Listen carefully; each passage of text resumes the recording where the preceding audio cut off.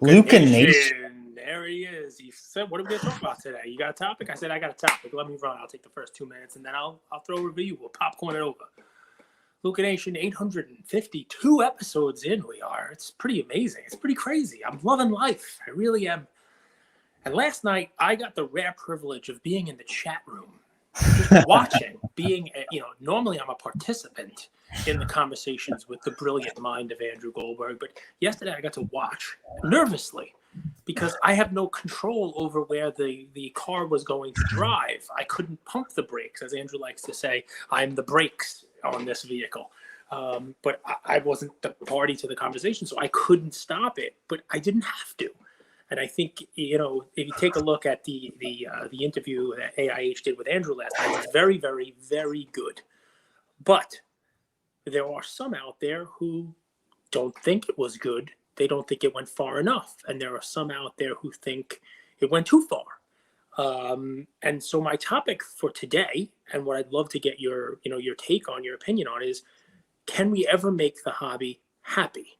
And I'll give some more specifics about it, right? Right now, especially with the market down, with the market where it is, what I like to call, affectionately, guys, please don't get upset by this, but let's just call them, for brevity's sake, the tinfoil hat wearing segment of the hobby, the gotcha segment, right? The people who are out there, they're actually going after card porn right now for not going after people. So think about that. That's just one fringe segment that has a hell of a following. And let me give some credit where credit's due. That segment of the hobby they're very passionate. They really seem to care about what, I have no idea, but they care about something, right? It's supposed to be caring about the hobby, and maybe that's true. I'd like to think it is. I mean, AIH clearly, cares about no hanky-panky going on the hobby. Sports Card Radio does a good job. But what I was taken by in that interview was, even in the chat, which Andrew doesn't read, I can't do something like that because I would be lost in the chat. I'd be trying to respond to all the commentary. But even in the chat, it was like, oh, you're letting this guy off easy. Oh, they have a show. Luca Nation has a show. Why didn't they grill this guest about what they did in 2015? And you're like, what? And like, Andrew was born in 2015. How does he know what that company was doing in 2015? And by the way, guys, do we get any kind of credit at all for putting 835 episodes out there and never charging a consumer of that content a single penny for it, for getting the guests on, for having the conversations? No. What we get is comments and criticisms for not going far enough, not appeasing the gotcha segment, and not asking the hard enough questions. Never a, hey, wow, from this segment. Now, keep in mind, that is a small segment. Let's call them the vocal minority. There's segment on the other side of the equation, too, that loves everything we do, like to a fault. Andrew farts, and we get comments on YouTube, and it's like, wow, that was a nice fart by Andrew. I mean, they also are an interesting bunch. Check out our comments sometimes. Did you see the Instagram post by the one player? He said, I've just been farting. Y'all ain't seen shit yet. Pretty much, yeah. So, I mean, did you see that post or no? Yes, I did. I saw the post. But what's fun is, where am I going? Right? Where I'm going is this. Sometimes we have a show, and I don't even. I hope now. On the way. But the thing is, right? I feel blessed to have the platform we have because of the people who listen to it, and that includes both fringes of people who listen to it. Because some of the people out there, of course, Ziggy Sports Card was a Sports Card Show, I think is what he calls himself now. He was on there. He was in the chat. That guy is probably one of the first people to listen to like every episode we have. Sure, he's going to come on and say we should have done X, Y, and Z, but that's a loyal listener, right? Thank you for being a loyal listener. Because even though you said I did a good job. There you go. Even though we don't take these things as far as you would like, here's my premise. At least we get a chance to speak to these people at all. And therein lies the rub. If we go too far with these people, if we become that fringe, if we become a gotcha show, we may get away with that once. But then whoever is going to want to talk to us if it's going to be a hit piece after hit piece after hit piece? And you and I have had some conversations about this. We've had some off camera, behind the scenes talk about where it's appropriate to push, who it's appropriate to push with, layer on some additional fun that we are sponsored, that we do have sponsorships, and some of the people who we'd like to have on and speak to work for and work with and run companies that are competitors to the people who sponsor our show, and that puts us in an interesting position also. We can promise them, every moment of every sentence we have, we promise you it's not going to be a gotcha. We promise you, it doesn't matter, who our sponsors are, we're going to give a fair shake. But are they supposed to just believe us? Are they supposed to take their word? I would like to think they'd believe us because we have 850 episodes of never really being a gotcha show to anyone. So this was my topic today because I know it's something that's on your mind, especially after the show last night. And, my curiosity is I'm perfectly fine with the spot that we have in the hobby because I think we are as moderate as it gets. I think the fact that people will call us and say, great job with those guys. And at the same time, with the same episode, we'll get a, wow, that was horrible. The fact that we have backyard breaks come on our show where they won't do any other shows, I think it speaks to the show itself that I think they know they can come on here after the kaboom stuff, after everything that's gone on, and know that they can either tell their side of the story, tell some side of the story, and we're going to have to take the problem that comes from both sides, right? I'm not listening to you anymore because you had backyard on. And the other side saying, great that you had backyard on. You should have done this, this, and this. Like you shouldn't have had them on at all is one side. And on the other side, now that you got them on, you should have done this, this, and this. All right, well, guys, if we take to either of those fringes, we get nothing. Right? Like, so we have this road to drive down in the middle, which I think... If you leave me, Jesse, you get nothing. You get nothing, Jesse. So that was where I left last night saying, guys, don't you realize that something is... at least we give something, free something. You know what I mean? And my deal on it is I will never be a gotcha show, ever. It's not in my nature. It's not in my way of doing it. Now, we try not to be softballs. I think, we try to ask the right questions. But for now, at least where I am now, I loved yesterday's episode. I loved the Burbank episode. I think that was a fantastic episode. And if you guys haven't listened to that, you should. Because if you are a person in this hobby, all right, whether you are a breaker, maybe breakers don't love it that much, but if you are a conspiracy theorist, if you are somebody who came in the last 2 years, if you are a hobbyist who's been here for decades, that man, Rob from Burbank, will make most of your fears go away.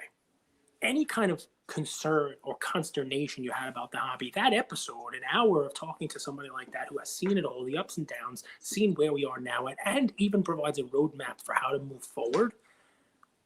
I love that kind of content. But he comes on, and it took a while to get him on, right? Because he came right on saying, we don't need more podcasters. We don't need more content. We don't need more influencers. But he came on, I believe, because enough people who knew him have either been on, listened to us, and tell him, this is not a place that's going to attack you. This is not a show that's going...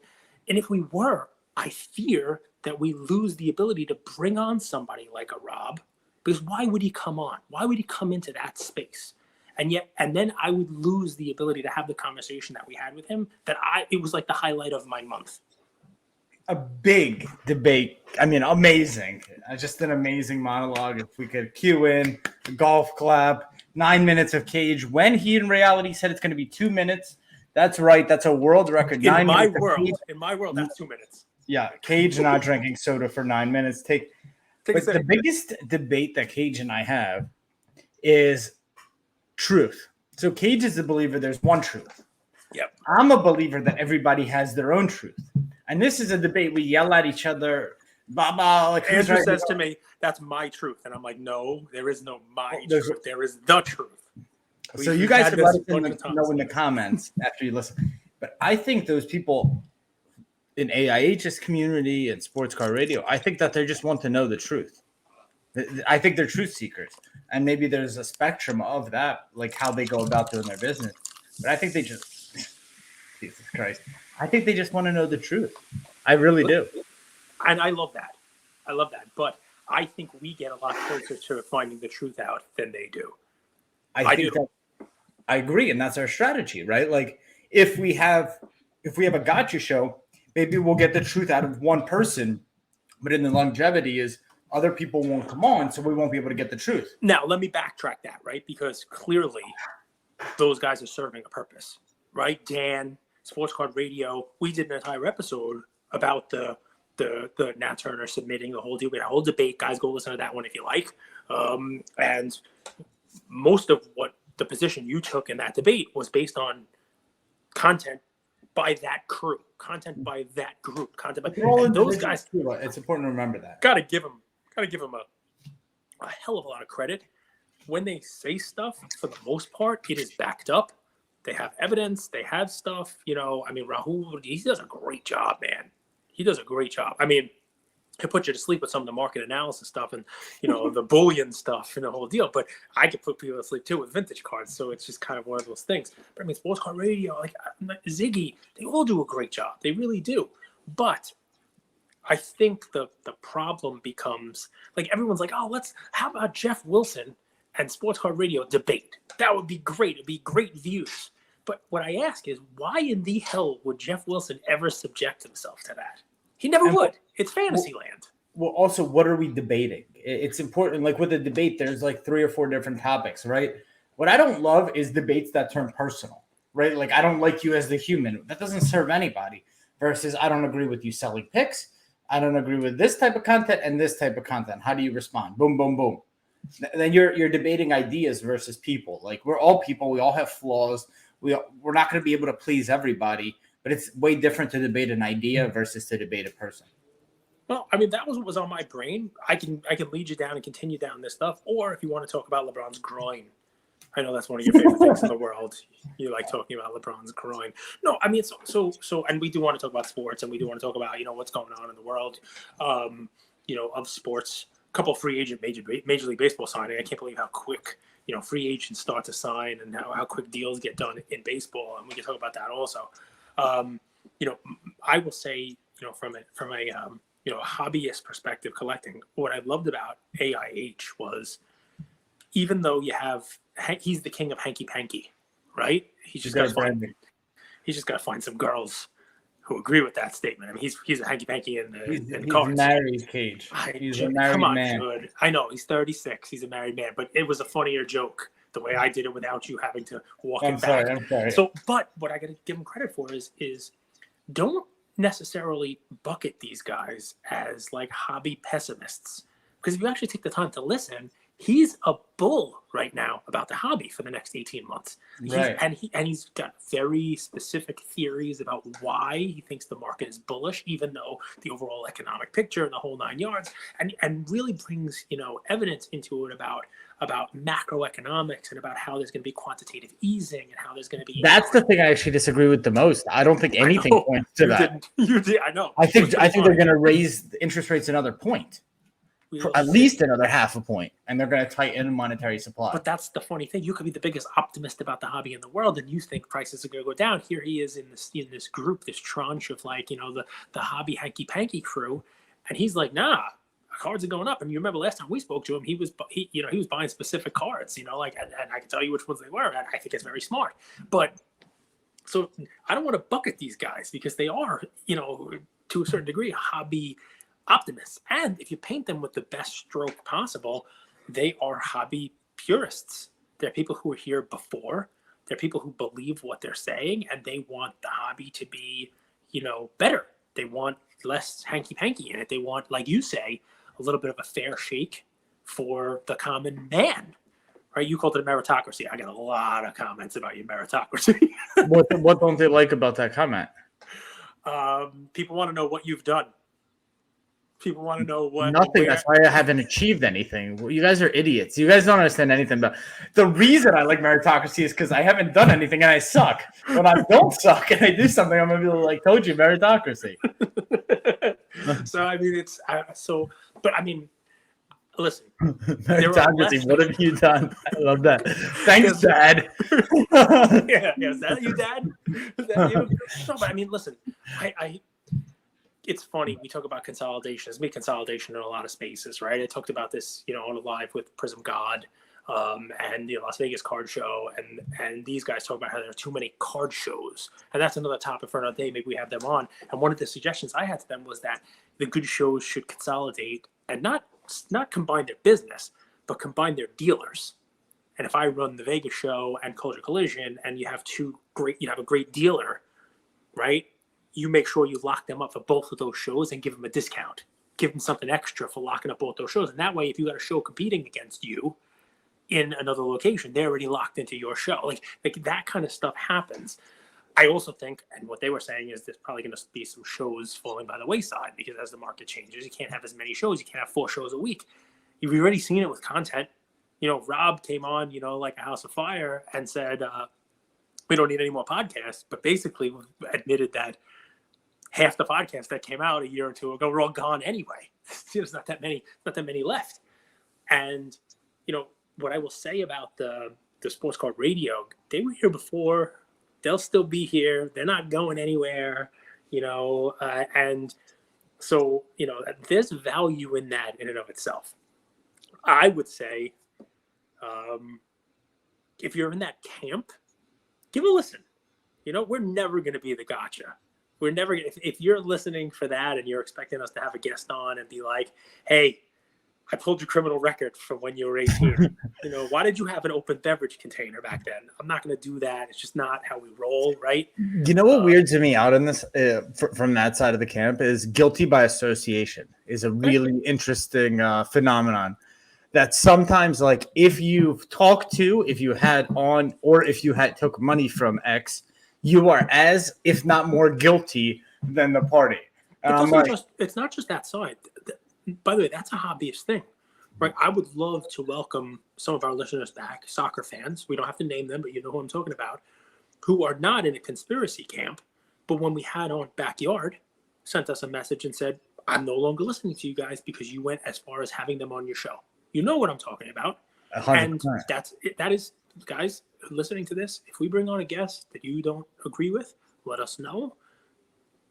If you're leaving because of that guest, there's nothing we can do. That's your prerogative. It's your right entirely, 100%. But it's exactly what Andrew is saying. There's a guilt by association, right? We just because we put Backyard on, we don't own a piece of Backyard. We don't own any, stock in Backyard. We weren't paid by Backyard for having them on, but they had a whole bunch of stuff going on, and we figured you guys might want to hear from them. And the only way you were going to hear from them was through us. The only way, right? They weren't going anywhere else. So I think, if that rubbed folks the wrong way, we shouldn't have even given them a platform to tell their origin story. If you guys to find out about where they came from, so be it. I try to live my life pleasing everyone, and it is a fool's errand. You're never going to please everybody. I think, like, at some point in doing all these episodes, you reframe it to how can I just show up and be the most prepared I can be?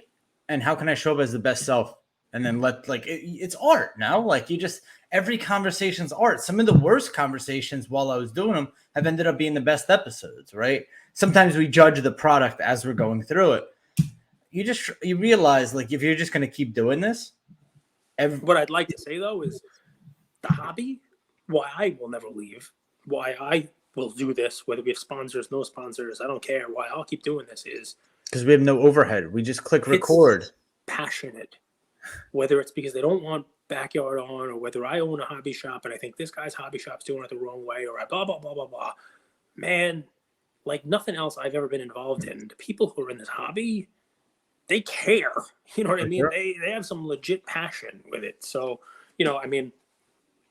anyway, so that's, I know it's 20 minutes.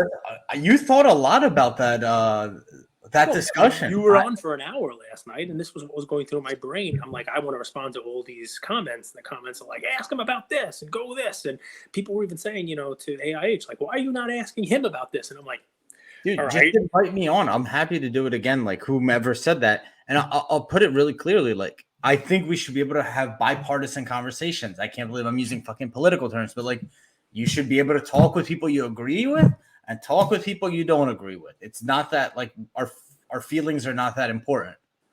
And you could get over it. It's a conversation. Like it's not that. That's how I think about it. Well, I envision a time where we're thought of as a place for people to come on and chat, the voice of the hobby, making the hobby better. I know that's what we're trying to do. We're building a better hobby. And, we're growing. We set records again last week. I can show you guys our chart. It's continuing up like this. And it's funny because, because of the show that we have, I like to tell people this, right? We're kind of like ESPN here. And we're kind of like Sports Center, I would say. But we want to be ESPN. We want to be, we want to be bigger. We want to have all those shows. And it's funny because we have commercials, right? We have advertisements. But think to yourself, if Ford wanted to advertise on ESPN to get their listeners, and ESPN said, all right, we'd love to advertise. We'll put your best advertisement forward, and I'm sure people will buy Fords. And Ford turned around to ESPN and said, well, we can't advertise with you because you already have Toyota advertising. They're a competitor of ours. We can't be involved with ESPN. You already have Toyota, right? That is silly. And that's what we have in the hobby, right? Instead, what we should have is realize that we should be talking about how great it is to own a car and why everyone should have 2 cars. And maybe you need 3 cars. And maybe hybrid cars are the way to go. And look at all these cars that everybody has. Hey, you got a teenager who needs to learn to drive? Well, get another car. And yeah, you know what? You had a Toyota. Maybe a Ford's the way to go on your next one. Buy one American, buy one Japanese. Who knows? Hey, did you know Toyota was actually made in Kentucky? Great advertisement, the whole 9 yards. And you know what? The family needs more than one car. Now you have a larger car driving universe instead of everybody fighting over that one little car. We'll get there. A lot of metaphors from Cage this episode. I'm not sure I'm smart enough to even understand them all. You'll understand it. You think so? Yeah. Sometimes I drink Pepsi and sometimes I drink Coke. I know there's brand loyalty there, but ultimately, I see ESPN. I see them advertise both Coke and Pepsi. And I drink both of them. The reality is, we just want to talk sports and cards. Let's remember when we started this, it was just me and you, dummies. And if it goes back there, it goes back there. Just me and you, still dummies. You slightly dumber. I'll say one thing about the NBA. Shoot. I'll go there. This is what I've been thinking about. This is the week to pay attention in the next week and a half to the Warriors. So I know it's like, but I'm back to basketball. It's Friday. It's the end of the week. Amazing, all that stuff, conversations, all that stuff, pulling Spider-Man 101s, who owns Cardborn. This guy's making a video about this. Amazing. I just want to watch ball. You're not allowed to be with that fringe. I just want to watch ball tonight and order some food. It's going to be healthy food. I want to watch basketball. And here's what I'm thinking about with the Warriors. This is the craziest beginning of the year schedule I've seen in a long time. NBA did this weird thing where they crammed so many games in, and now they gave the Warriors Tuesday, Wednesday, and Thursday off. 3 days. You usually don't get that this early in the season. And I'm watching, amongst all the other things in the NBA, I know I kind of pivoted from marketing Ford, all the radio, and all, to how the Warriors respond these next 2 weeks. So they had 3 days of practice off of a long road trip to see if they turn the season around or not. So I know I'm pivoting to basketball, but no, it's great. I think LeBron also, they were saying he's got an injury and he also has 3 days off next week. I think he could take 2 games off and be out until like the 18th or something like that. So there must be some sort of a break in the schedule, for a bunch of teams out there. I don't know why, but it is what it is. Maybe people get healthy. But Golden State, we've talked more about Golden State than almost anybody, right? And they are searching for their identity. I still believe that the whole Jordan Poole, Draymond Green thing is having ripple effects into the team, into the organization itself. I could be wrong. I also think that the development of Wiseman, Kuminga, and Moody has not gotten to where the team would have wanted it to get to. Those guys should be contributors off the bench at the very least, and I don't think they are getting the contribution from them that you would expect. Why does this happen? The 2-week lull. So you see it in NFL, you see it in NBA. Like a lot of people sell and talk about the up and coming season.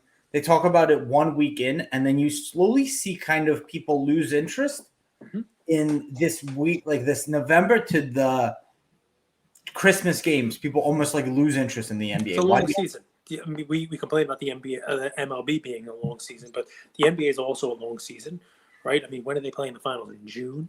June now. They started in October, right? So that's 8 months long, right? So, there's a 4-month period really in there where you can kind of tune it out. November, December, I mean, you'll pay attention to Christmas games because not what else are you going to do? And in February, March, All-Star break, you pay attention. Oh, wow, there's going to be a run towards the playoffs. Now you pay attention. Would you say nothing wrong with that? Trey Young said last year that he doesn't even pay attention during the season. Right. Would you start looking at baseball? Would you start looking at Trout cards at this time? I love Trout, but I will only start looking at Trout if there's rumors that he's not going to be playing in Anaheim. But all he needs is 1 year, Cage. It's not coming. He's had MVP years.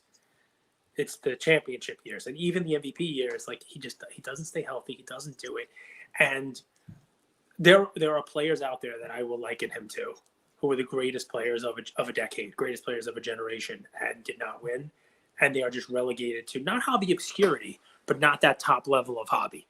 So I love Trout. He's also he's on the West Coast, doesn't get the eyeballs, and he's slightly introverted.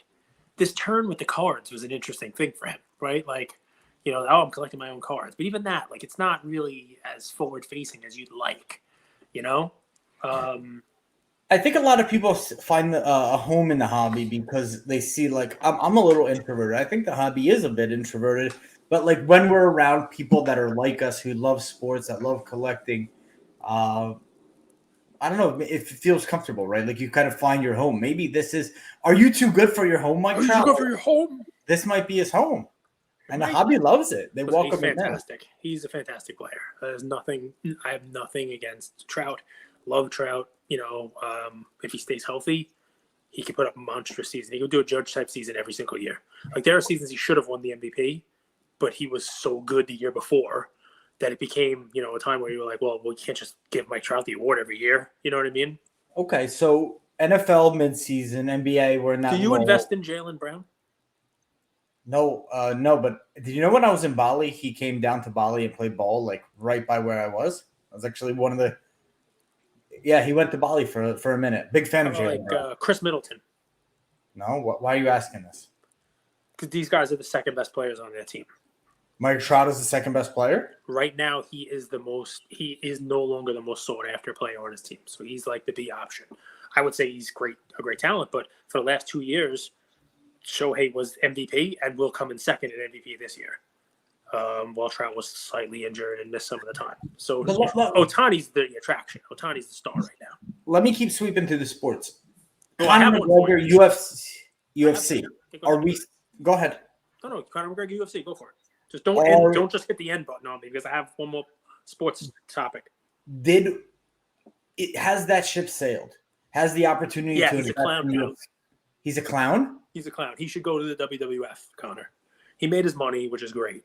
Okay. But he's not – listen, I've made this argument a million times about the UFC. The UFC is an interesting place. Khabib left, right? Everyone's like, oh, Khabib should come out. If Khabib came out of retirement now and started fighting again, someone would beat him. Right, because there's only one undefeated fighter ever. Do you know who it is? Besides Khabib, because he just retired early. John Jones. Father Time.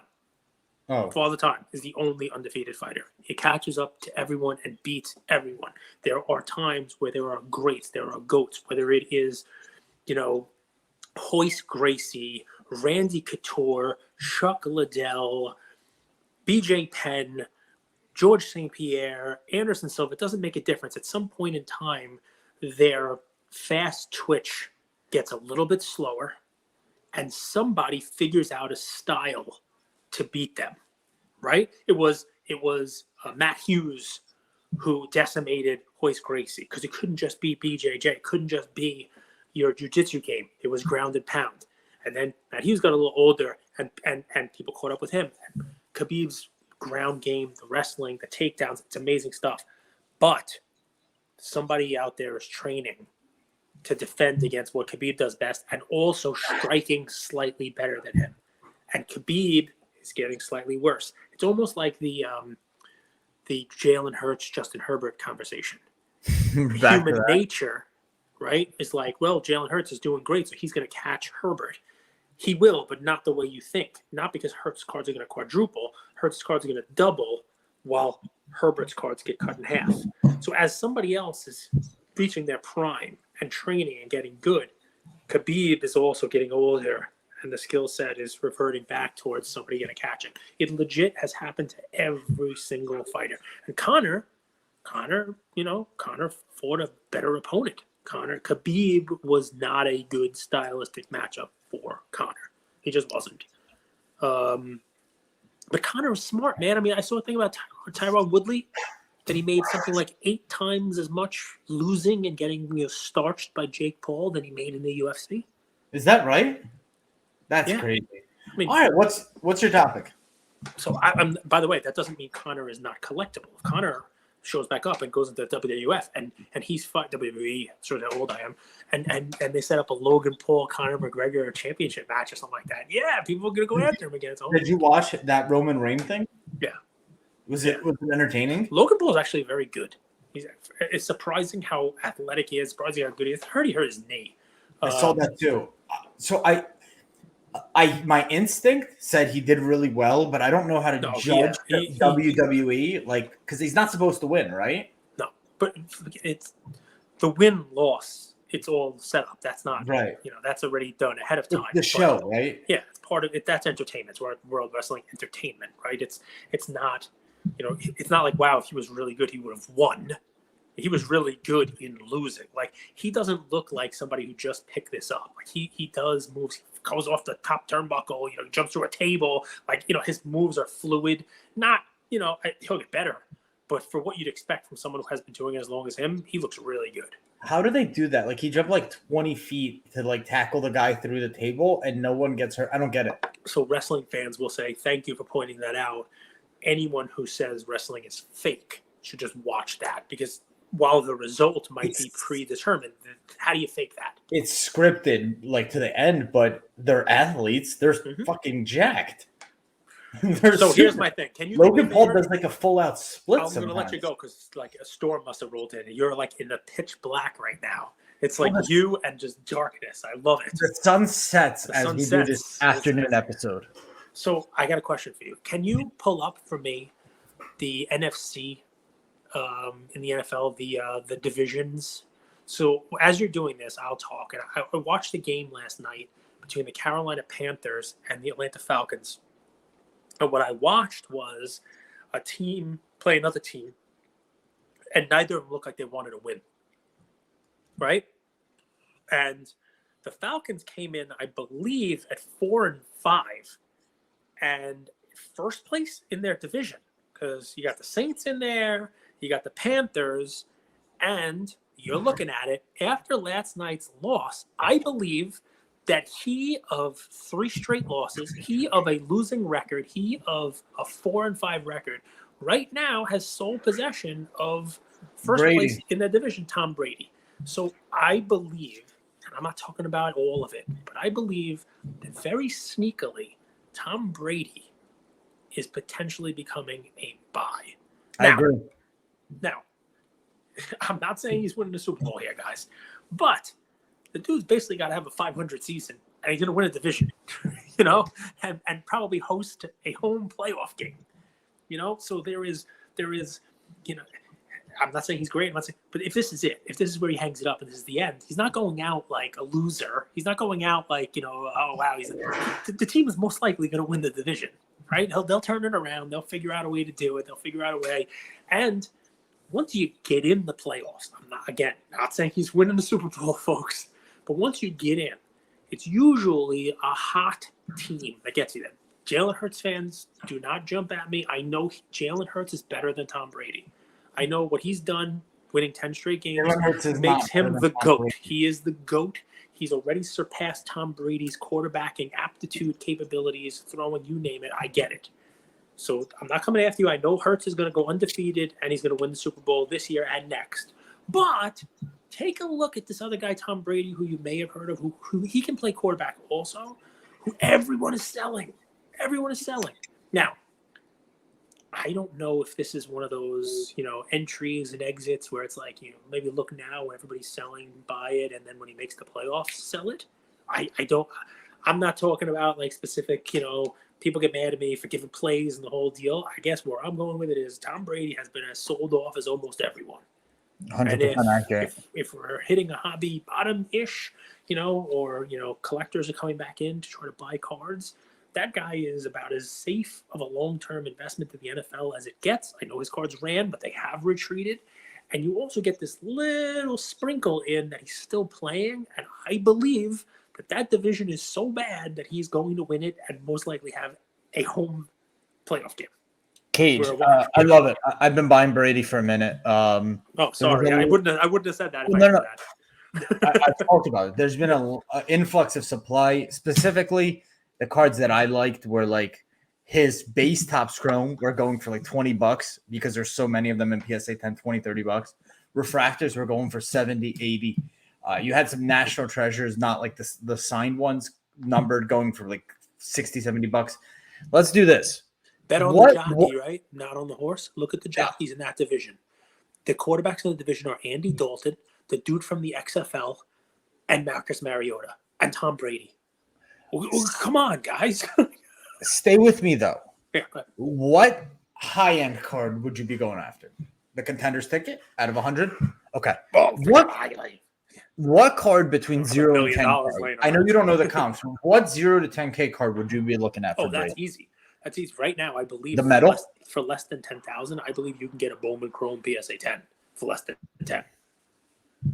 I think it's come down that low, right? I think it's come under 10 for the PSA 10 Bowman Chrome. His not a refractor, but his Bowman Chrome PSA 10, like the standard card. I'm 99% sure it's in that $8,353.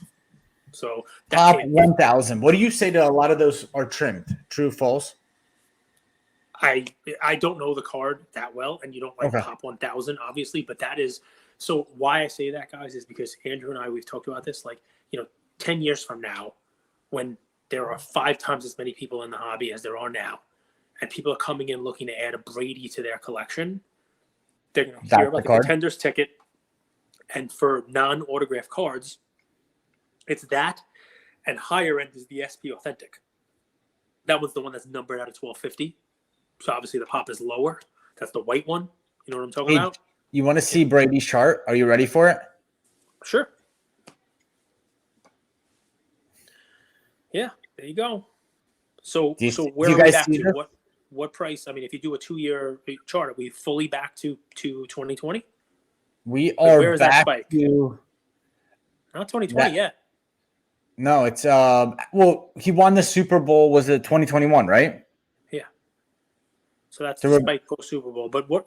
So we're at now 2021. What was his index at like, let's call it April of 2020. April 2020. I need to go all time, brother. It's definitely still up from there. Well, he's won a Super Bowl since then, bro. So what I'd be doing here is I would layer in to this specific index cards, because there are individual cards that are approaching prices now that were pre-Super Bowl run, and those would be the ones I'm looking at. Like, I don't know if the Chrome I'm talking about has gotten back there fully yet. I don't think it has. I know the SP Authentic hasn't, but it's definitely coming down from where it was. But those would be the cards I'd be looking at. I like that one there, the Upper Deck, the SPX. That's a cool card also. Yeah, there's your SP Authentic. That one. So this one's back to November 30th prices of 2020. I mean, I think there was a recent sale even less than that. I mean, I think Card Ladder is missing a couple of recent ones on there also, but it is what it is. I mean, but yeah, that's back. That's getting back to 2020, that SBO thing, but that's not a cheap card. I mean, that's a $50-something thousand card, $40-something thousand card, depending on the whole deal. You don't own any high-end auto cards in your collection. You buy like cut autos, right? Let's see what autographs I own. You don't own any. Yeah. What are you yelling? Jackie. Oh, Jackie Robinson, but not. But that was a cut auto, right? Ian knows. You want to know why Ian knows? Because there is. Luca Nation, that's another episode. Cage, you're going to go open some packs with Ian Pokemon, right? Yep, 100% Friday. Happy Veterans Day. Crazy. The Google Calendar has all of these different holidays that doesn't have Veterans Day. And it's like the some of the most actually important day. So happy Veterans Day. Thank you everyone who served. Got any final thoughts to our, are you going to start wearing tinfoil hats on our shows now? Are you fully leaning over to that side? Any final thoughts on my 20-minute topic? No, I don't go fully any direction. Like I love 9/11 conspiracy theories. But does that make me a conspiracy theorist? No, Yes, I'm curious. No, I'm just a curious person. I want to know how people on both sides of the aisle think. It's not that complicated. I want people to realize that you legitimately want to be a place where anybody can come and chat about the hobby, no matter what their leanings are, and you name. Seriously, and we don't have. It's funny because you brought up politics, but you don't have that even in traditional media, especially for politics. Like, oh, this network is clearly leaning this way, this network clearly in that way. Like, I'd love to be a place where everybody realizes that we're going to ask questions without a lean, right? Because the lean itself is just what Andrew drinks on Friday night. Idiot. So thank you all for listening to another episode of Lucas, Tigers, and Bronzo Mai. I wanted to tell you about a new service that we have starting as of today, and I'm really, really excited to bring it to you guys. So as a part of our partnership with SGC, we got 50 free submissions every single month, and many of you have taken advantage of that. And it's amazing that we could have the opportunity to 650 episodes, 675 episodes in, to go ahead and give back to our community. As people were sending those cards in, they asked, can we send 5, 10, 20 more cards to you guys? We'll pay for it, but we wanted them graded with SGC. You guys know SGC is turning cards around in 13 to 14 business days, have incredible customer service, and their secondary market values are going up day after day after day. And that's exciting for the hobby and exciting for the grading landscape. So we didn't want to just rush into it. We wanted to do it right. And what we did was I relocated here to Boca Raton, Florida. I opened up a P.O. box maybe 5 minutes away from SGC, and I will be hand delivering and hand picking up the cards. So you don't have to worry about anyone else touching your cards. It will be me, and I will update you every step of the way. So here's how it's going to work. I'm going to personally pick up the cards from a P.O. box, prep them, new card saver, new penny sleeve, and deliver them to SGC every single Tuesday. Why Tuesday? Well, it lets the stragglers over the weekend come back through on Monday and gives me a day to prep, and it basically gives SGC the entire week to work on grading those cards. Once your cards pop, only then at the end of the process will you be paying for the service. It's $25 per card, simple as that, and the turnaround times have never been faster. We're hearing right now 13, 14, less than 20 business days. So there it is, 9170 Glades Road, number 135 is the P.O. Box in Boca Raton, Florida, 33434. 9170 Glades Road, number 135, Boca Raton, Florida, 33434. Of course, you could shoot me an email or shoot me a text anytime, and I'm always available. Many of you already have my email. It's iamandrewgoldberg@gmail.com, or my cell phone number, 215-519-9154. Reach out with any questions. I could walk you through the process. I've hopped on the call with quite a few of you, and I'm happy to do that. Love you, Luca Nation.